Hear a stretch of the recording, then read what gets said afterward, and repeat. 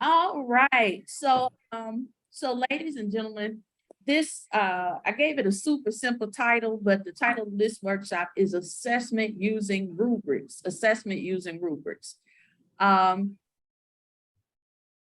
so what we know is that rubrics are really, really important, right? I remember when I first started teaching at the collegiate level, I knew nothing about rubrics, right? But the more we started getting, the more I started being involved with freshman level courses. When I was teaching, they would always ask, do you have a rubric for this assignment? And I was like, what? Like, I told you what to do. What are you talking about? I thought that was the rubric. I told you what to do, right?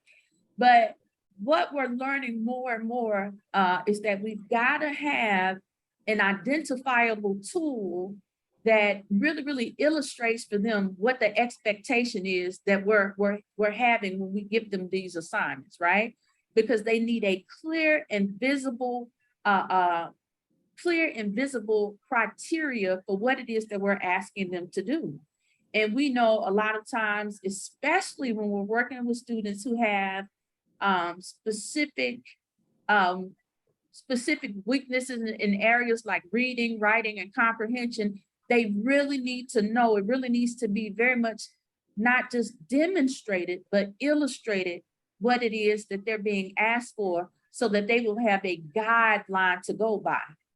And so here I give a definition. The definition of rubrics is a tool that articulates the expectations for an assignment by listing criteria for each criteria, explaining and describing the levels of quality, right? So rubrics always are going to contain 3 essential features. They're going to have 3 features they always have. Criteria for the students to complete the assignment. And under that, when we talk about the criteria that's needed for the students to complete the assignment, an example of that would be, let's say, for instance, if Professor Walker says, I need for you guys are going to have a group project, and each group has to have, each project has to be accompanied with a 3-page essay, but on the rubric, she's going to make sure that they understand that this 3-page essay cannot be one big old paragraph that's 3 pages. Okay, that it really, and we know we see that sometimes. You're like, how did you write a whole 2-page essay and it doesn't have any paragraphs, doesn't have a thesis statement, no title, no nothing? And you're saying, this is my paper, right? So what a rubric helps to do is it helps to clarify what the criteria is, because for them, they think I gave you the 3 pages, but you're saying that this specifically, when you give them this rubric, it's going to tell them specifically, it's going to have an introduction, 3 bodies, and a conclusion. That's because that's the setup for an essay. The next thing it does is it's going to give your students a marker for the quality of the work. And this is extremely important because we know that more often than not, especially coming from high school, a lot of times, students are led to believe that the quantity is what matters. I turned in some, I should get a grade for my effort. And but that's not how it works, because I spent a lot of time explaining this and clarifying what the expectation was. I even gave you the rubric, which illustrated what was being asked of you. So now what I'm looking for is the quality of the assignment, because that shows me how much you followed the directions and how much you met the expectation of what's being asked. Lastly, it provides students with a numerical value for their work, that scoring detail, right? One of the things that I've been noticing, and I don't know if you guys have noticed this too, right, is that so many students are demotivated by actual letter grades, right? So what happens on that rubric is, now you're going to give them a letter grade. It's going to be evident at the bottom of the assignment, right? And it's going to show them what the actual grade is, so that you can have this grade to put in your grade book. But on the rubric, one of the things that has been really, really helpful, and I've been looking at the research on this, right? One of the things that really, really is helpful is when we give them numbers that really tell them what mark they met. I'll give you an example. I want to pull up an example of what that looks like. Okay, so let's say that we're writing across the curriculum and we gave them a pre-test, which was to write a 1-page essay that told us who they were, tell us who you are and what your expectation of college is, right?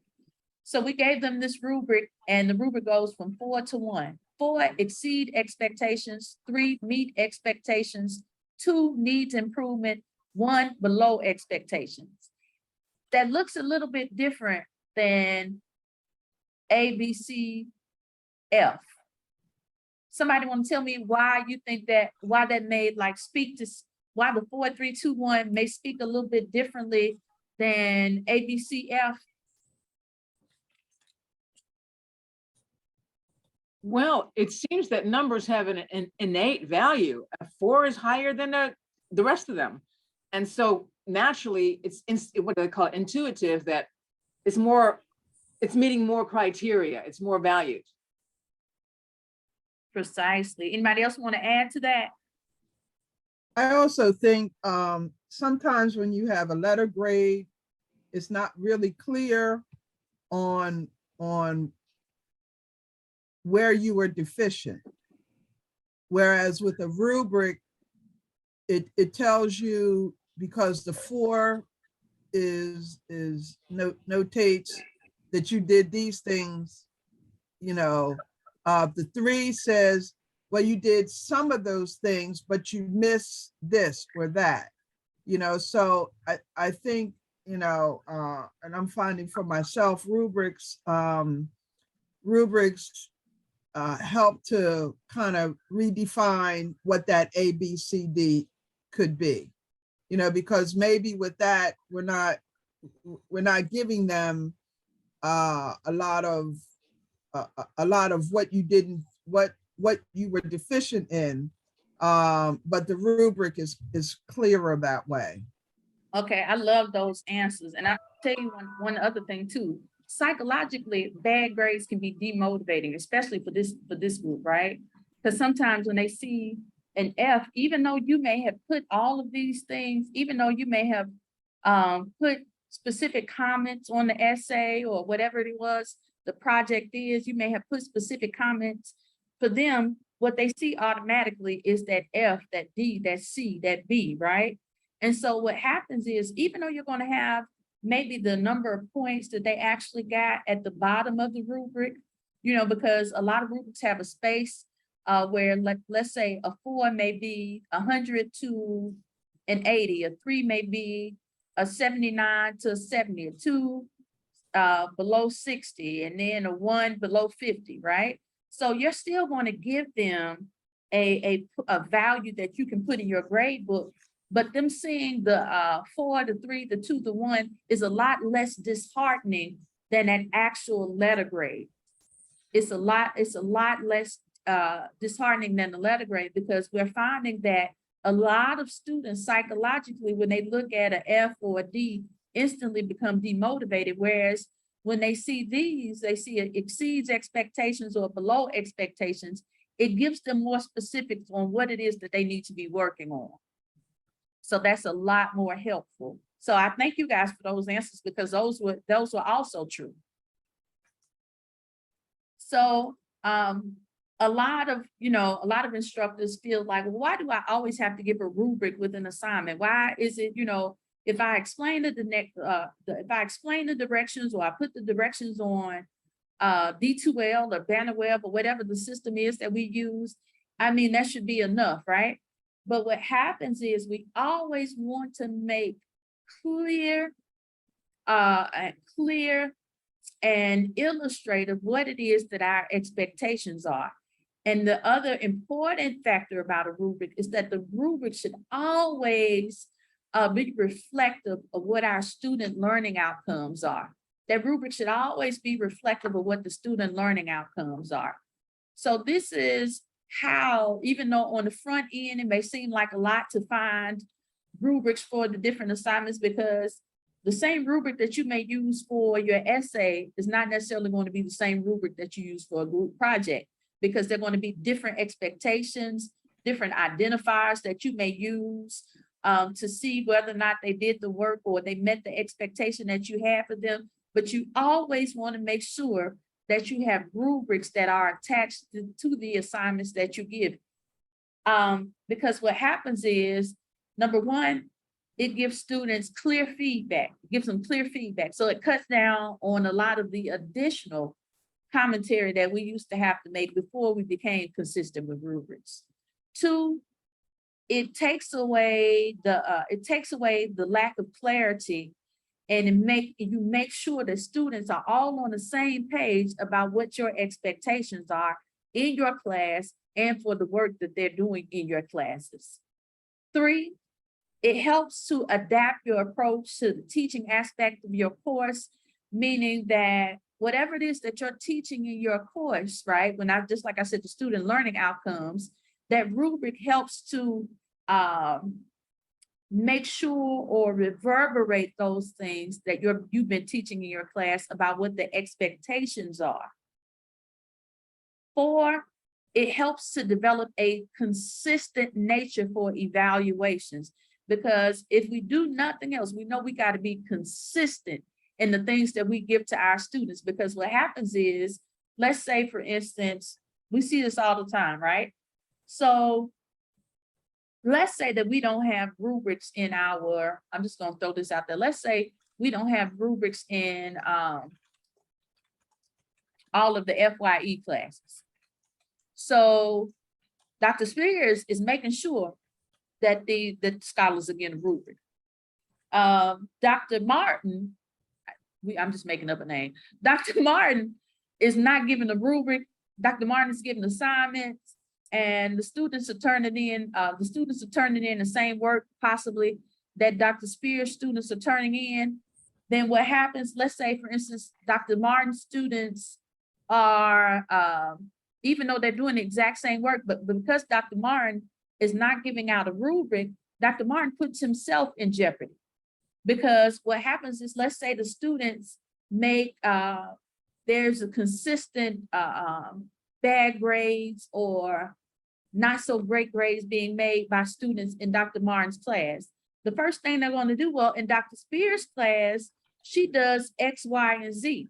And so with that lack of consistency, not only do we put ourselves as professionals in jeopardy, but what also happens is that our students have different expectations about what different teachers want, because in the exact same way, a lot of times we know when teachers don't set a standard and they don't have rubrics, they'll tell you, students may be like, well, in Professor Walker's class, we didn't have to do this.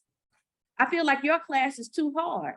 Well, in Professor LQI's class, we didn't have to do this. She only made us write an essay with 2 paragraphs, because the lack of consistency not only causes problems in terms of the kind of culture that we're trying to create, this academic climate that we're trying to create, but it also, what it does is it does a disservice to our students, because the same level of excellence that Professor Walker is asking for should be the same level of excellence that Dr. Turner is asking for. So we have to make sure that it's consistent and sustainable.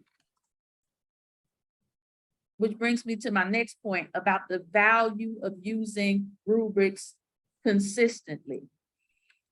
So here it talks about how rubrics aren't just for summative evaluations, right? A lot of times, some people just provide a rubric for maybe a big class project they had. But what we want to do is we want to make sure that we are consistently providing a standard. Okay, I like what you said. I like this, Professor. Professor, how do I pronounce? Is it Key? Chi? Yeah. Okay, thank you. I didn't want to mispronounce it. I want to be respectful. So just like Professor Key said, we have to exhibit fairness. There has to be a level of fairness across the board, because if we have one teacher doing something and another teacher is teaching the same class and we don't see this consistency across the board, we're going to start to see some problems at the department chairs level, and even maybe at the administrative level, at a higher administrative level, because students are seeing how some students may have it easier or they may have it harder because they don't feel like what is expected of them is being done in a fair manner. So we want to make sure that we always provide these rubrics for that reason. When we use rubrics for formative assessment, and Professor Key, and I think this is Dr. Hollins, I'm not quite sure.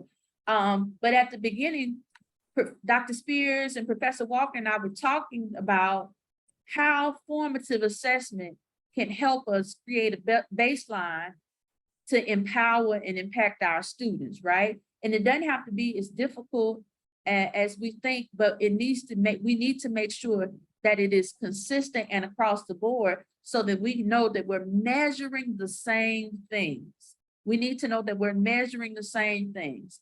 And in this case, we know that there are issues, not issues, but there are some deficiencies in the component of general education, right? We know that there are deficiencies in the area of, and I'm gonna make it real basic, reading, writing, and arithmetic.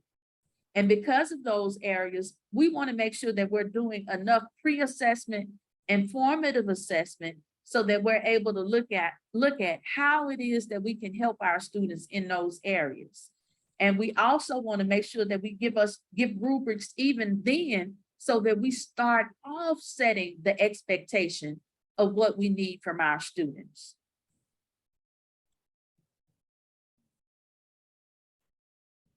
Okay, so how do we develop a rubric? One of the things that we used to do, I'll give you an example,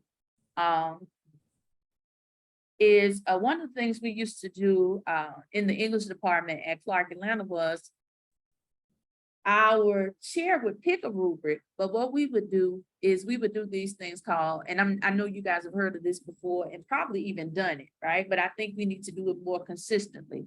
We would do norming sessions. We would do norming sessions. Who is familiar with a norming session? Okay, Dr. Spears, break it down for us. What's a norming session? Where you find out where your particular group of students are going to score on any rubric, so you can adjust it accordingly. It's basically adjusting it to your own particular population, the standards that you want to emphasize and measure. Okay, love it, love it. Anybody else? Okay, so another thing that we would do in our norming sessions is we would have these sessions, these norming sessions, to make sure that everybody is on the same page about the standards in the rubric, right? So if we're grading, so let's say, for instance, we may have everybody gets the same 3 essays, right? And so we all use the same rubric, but we need to be clear on the fact that this paper that I'm saying is a 4 is also a 4 according to Dr. Spears, and that she really is using the rubric and not inventing her own measurements, right? Because I'll give you an example. Some of the folks in our department, I could say it and laugh now, and we used to tease them. Some folks were the grammar police, right? And some folks were the punctuation police, and some people were not really that driven by grammar and punctuation, right? Because we understood that with the population that we were getting, not that we were excusing bad grammar. We never want to excuse bad grammar, right? But when we're looking at the context of the paper and trying to see, did our students really have a grasp of writing or being able to articulate themselves and make sure that they stuck to a particular structure, that weighed a little bit more than bad spelling and bad punctuation, right? And we also understood that for most of our students, because most of our students came from a very specific demographic, that we had to make an allowance for AAVE, right? And so that does not mean that we're going to give you a grade because we know that Shaquan is from West Philly and this is how they talk. No, because we're going to work with Jaquan on that periodically. We're going to work with all the students on grammar periodically. But grammar is not our primary focus. The primary focus is can they articulate themselves? Do they follow this structure that has been outlined? Do they know when to stop and start a paragraph? Do they have a main idea? Does they have a thesis statement? Because those are the most important things when it comes to writing an essay. And so we have that norming session so that we can make sure that everybody's on the same page about this. And that way we know that when these papers are being graded, that we're not going to get a whole bunch of students who are going to come to us and say, well, when I took Professor Todd, he didn't really make a big deal about having a thesis statement. He was more so concentrated on the sentence structure and our punctuation. Because everybody's speaking the same language. Everybody is speaking the same language. And that way, right, we're going to be able to assess, because again, the root of all of this is assessment. Now, as a program department or whatever we want to call it, now we're better able to discuss if we see growth in our students throughout the course of the semester, and in the areas where we see deficiency, how are we meeting these things? And now we have the opportunity to address these things. Professor Key just asked a question in the comments. She says, should professors customize their rubrics to each individual course or classes? Or should they have one master rubric for that program, edit it, and customize a sub-rubric? Professor Key, this is a really good question. Ideally, what we would like to have is a rubric that is across the courses, right? But I think we do have that in terms of first year composition. But what happens is that we want to make sure that that as a program, as a department, we have discussed what the rubrics look like and what rubrics we should be using. Because again, if the data is if we're going to be able to really engage with this data that we're collecting to help our students improve, it's got to be some consistency.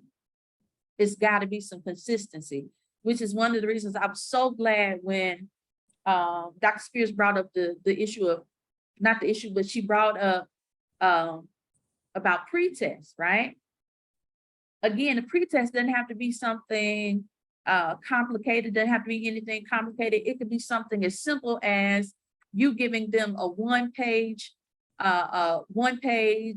reading. And at the end of that reading, there are 10 multiple choice questions. Because again, we know that in the 3 areas of reading, writing, and arithmetic, these are the areas that have to be improved, because if we're going to improve the retention, students have got to have these 3 basic skills: reading, writing, and arithmetic.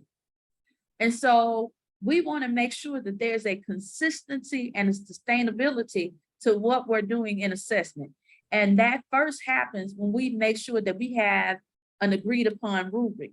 And if you can't, let's say, for instance, you're in a program or a department where there is no agreed upon rubric, you want to make sure that you have a rubric for your course that is attached to the assignments that you're given.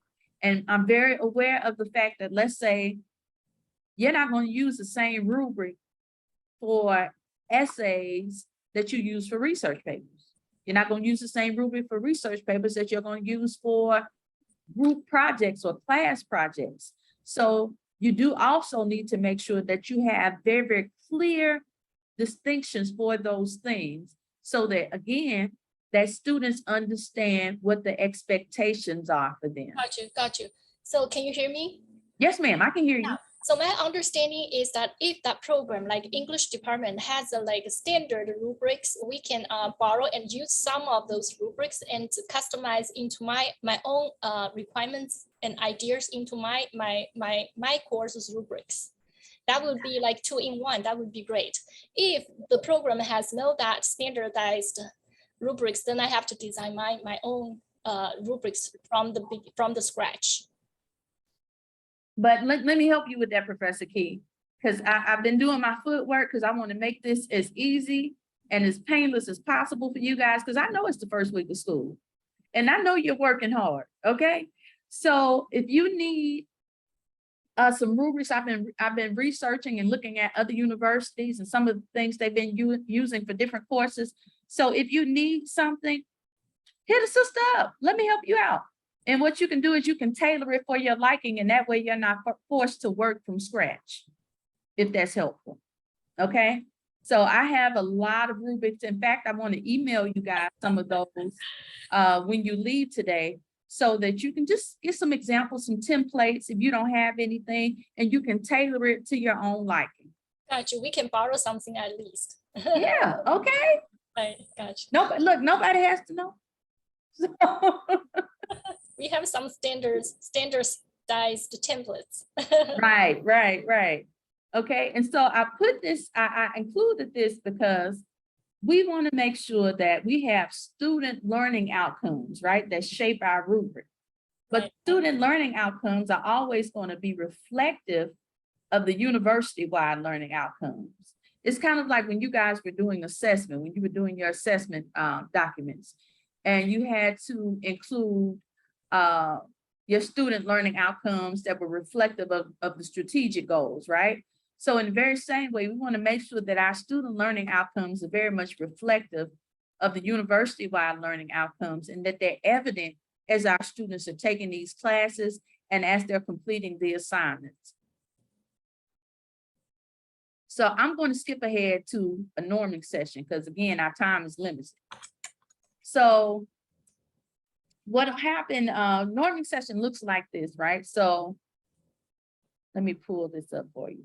So let's say that we're having a norming session in our department meeting. We're going to take about 25-30 minutes to have a norming session. So I'm going to pass out to you this this rubric. This one you really can't see, so let me pull back up the other one. Okay, I pass out to you this essay rubric, and I'm going to give everybody a copy of an essay. I'm going to pull this essay up for you. So we're going to, let me put a copy of this in the comments for you so we can do a quick morning session so you can get a more definitive idea of what I'm talking about. Let me stop sharing.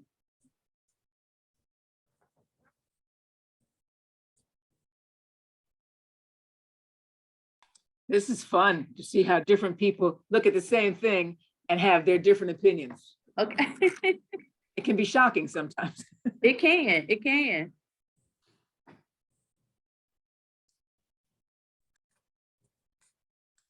Hey, Lily, where are you? Right there in Carnegie, on the first floor? Yeah, second floor. Second floor? Actually third floor, second or third floor. This is well, I do believe second floor. Yeah. Okay. I got some stamp books that I'm going to bring over this afternoon. Provost's office also can offer me one copy. And because some students came into the Carnegie Library asking about that book. So I reported that to Provost's office, and then they told me they've already prepared some books for students to pick up. So yeah, so don't worry, I'm gonna, yeah. We just got some extras from Dr. Matson, and I told her to take them off her hands, and I'm going to bring them right over there to you. Sure, Okay? sure. If we could have more than one copy, that would be great. Yeah. Great. You'll be there before 3:30, huh? Between 3 and 3:30? Yeah, I'm gonna be in before 7 today. Yeah. You'll be in before 7? Before 7. Yeah. So yeah, mostly I work from 12 to 7. Are you going to be there from 3 to 3:30? Yes, I will. Cool. Yes. Good. Yeah, Thanks. so I can put on the reserves, so students can come over and read that and can make a copy. Okay, so guys, this is an old paper. I don't know why, but I know now why. But this is the old paper from a former student, right? So you have your rubrics. I put the rubrics in the chat, right? So we're all going to grade this, and I'm going to give you about 5 minutes to grade this particular essay using that rubric scale, and then we're going to use another 5 minutes to discuss, why we gave that particular grade. And the rubric is in the chat. I put the rubric in the chat. You can just download it. Can we download? Let's see. Let's see in desktop. Okay. Let's see.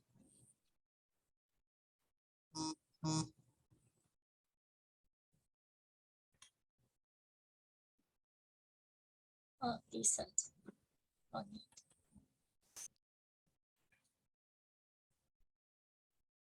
Exceed expectations, meet expectations, what clear will focus stuff.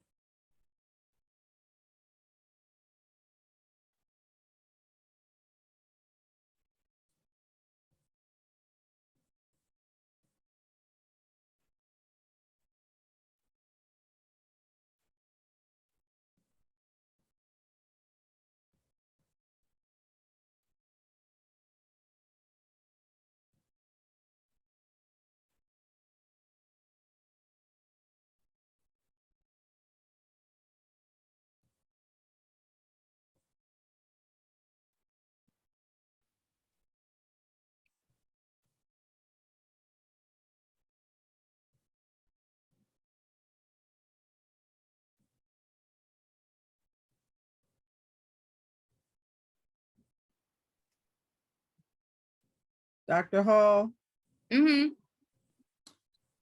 I'm not able to open this rubric. It says to click to download. I'm clicking on it. I'm coming up with something that says systems 32 or something. I Okay. need to save Let the me phone. open it on the screen for you.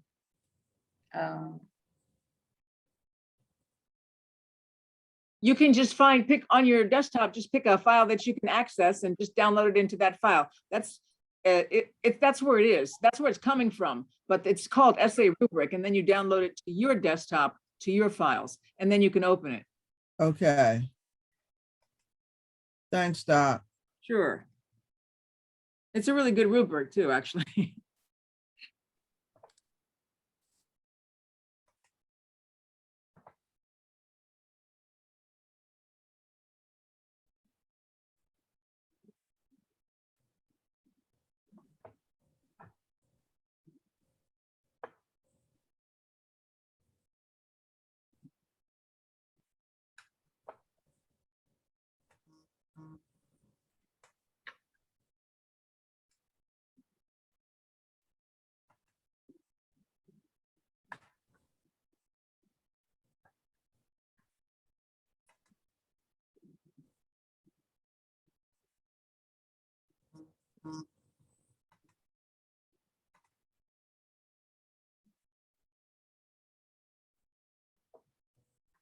I think this is gonna be good.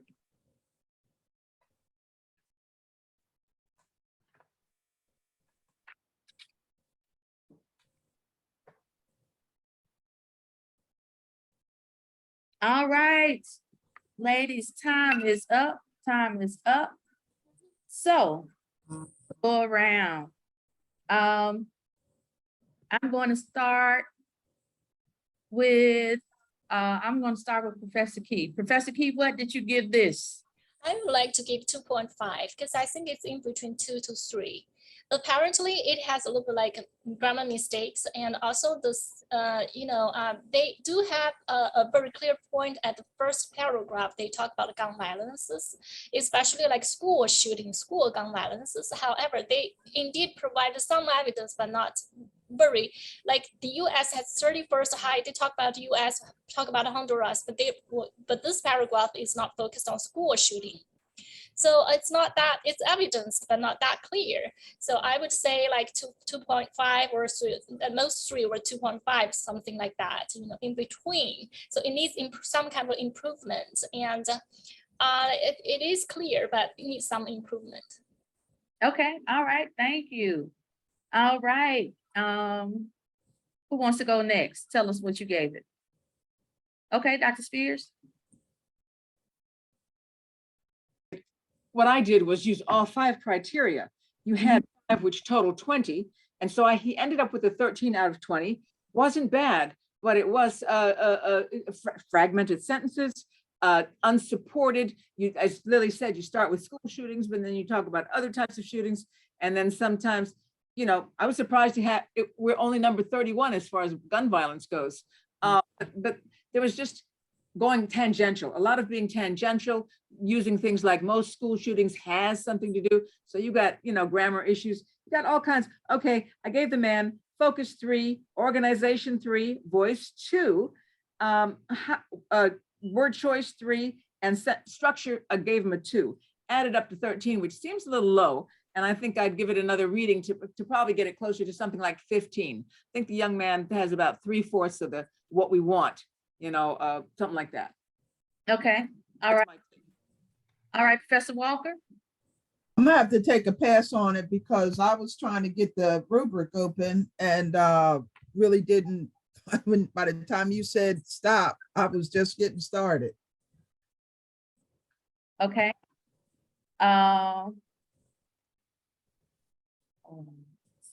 But I have seen this rubric before. I think it might be one that I actually use.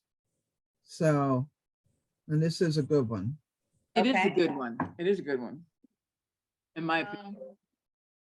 Mine too. Dr. Holland. Plagiarism, a lack of citation, yes. That Yeah. too. That too, right? You'll see Dr. Holland raises a really good point, right? And we can address the plagiarism, right? We can address the plagiarism, but now we got to look at the scale, right? And so I was with most of you guys. I gave same thing that Dr. Key gave. I don't think you can see it. I was struggling between a 3 and a 2. I was like, there are too many run-ons and too many skipping topics to give it a 3, but there was enough weight and evidence that it could have been a sustainable 2, but definitely not a 1, not as low as a 1, right? And so what happens is, so let's say, for instance, this was a real norming session. I would tell Dr. Spears, we gotta be specific and level it down a little bit, right? I know you want to give them this, but we gotta stick to the facts and the rubric. I know you want to look at it again, but right now in this moment, what would you give them? And so what that helps us do, well, let me take myself out of it. Again, what do you think a session like this will help you do if you're trying to help improve student writing and student reading comprehension? How do you think a session like this in your department or among your peers who are teaching the same courses, how do you think a norming session will help you guys? Yes, I think it is very important to help the professor to scoring, to evaluate the writing results and the learning results of the students. on all things like citation, word speaking, organization of the sentences whatsoever. It's a overall summarization and evaluation. That rubric is very important. It also helps the students to remind themselves what they're lacking, what they need to improve, what they need, what kind of more, which topics or which aspects of the research they need to do, and how they could reorganize their ideas and sentences, and to pick up the best words or terms and phrases to rewrite their essays, or to improve their essays. So it's a good reflection to, and in the book, a good how to measuring reflection and good evaluation for both, not only for the students but also for the teacher, for both. Okay, love it, Dr. Key.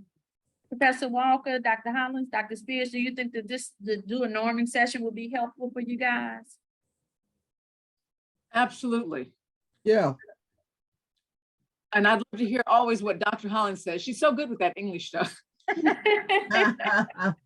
So, you know what I'm focused, and that was a quick and dirty, so. Right, yeah. I don't know, is this a freshman or a senior? What is this? We need to know some standards, a little background, but there's a lot of things wrong with this, and how to get focused on, what to focus on really, we need to make that. Right. And I'll tell you this too, right? Because sometimes we make data too, when we talk about assessment and we talk about the data that we get from it, sometimes we make it a little bit too heady, right? When it's really very simple. So let's say from this, we're reading students' essays, we're doing this norming session, and we see a whole lot of this, what you're saying is plagiarism. And can I make a point that might shock you guys? They don't think this is plagiarism. He thinks that this is evidence, right? He thinks that he's showing us evidence. They think plagiarism means that I just stole the whole essay and just rewrote it. He thinks evidence. I'm gonna tell you, I know that's mind blowing, right? So, but what it tells us now we need to do is, number one, periodically, we need to do a little bit, it doesn't have to be a whole lot of it, because y'all didn't go to school 100 years to come to college and teach people grammar. Okay, I know that's how I used to feel. I'm a scholar. Okay, so it would peeve me to have to talk about grammar, but it's one of those things. It's a necessary advice. We have to do it. So to address these things, what I might do is I might use something like quizzes or Kahoots to start giving my students daily assignments, 5-10 minute class opener, where they have to do corrections to a paragraph or write paragraphs, right? For the first 5 or 10 minutes of class. And so now what I'm doing is I'm able to improve their writing without putting all the work on me, because they're doing it. We know that anything they do consistently is going to make them better, right? And then when you're using these apps like the Kahoot and the Quizzes, and I'm going to give you some more apps to use too, right? They're doing the grading for you. And so now in addition to that, this is an easy way to help them improve their grades, because you're telling them, hey, I see that out of the 5 quizzes, homework assignments that I've given, you've completed 4 of them. So that's an 80 in class participation for the week. So that's going to help your grade out. So simple things that we could do. And the whole time we're helping them to improve their academic abilities. So does anybody have any questions? I know it's time for you guys to go, but I so appreciate your time. And I'm going to send this to you, send those rubrics and whatever you need. If you want me to send it to you, because I don't want to bombard you with emails, it's probably too late. But if there's anything that you need from me, just send me an email. If you want a copy of that rubric and some of the other rubrics that I've accumulated, and even those pre-tests that I talked to you about, I will send them to you. You choose which one you want to use, and I'll upload it so that forms will grade it for you. And that takes one less thing off your shoulders. Perfect. Okay. So we're going to have another session tomorrow, right? No, Same the session. session to some, yeah, it's the same thing, Oh. same thing. So are there any like software for the professors to identify which statistics data was plagiarism or whether it's properly coded or so? Are there any like that kind of software to identify that plagiarism? There are, you can have them upload,